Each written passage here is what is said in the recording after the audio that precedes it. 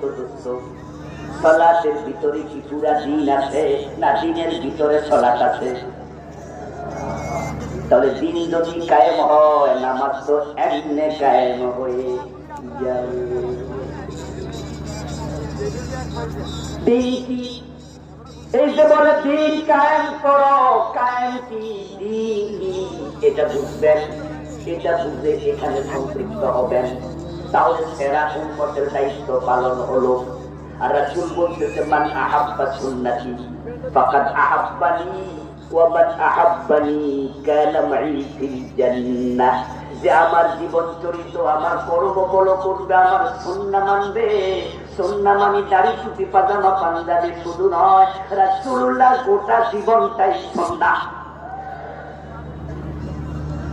প্রিয় নবী বলে, আমার সুন্নাহকে ফলো করবে, সে আমাকে ভালোবাসে।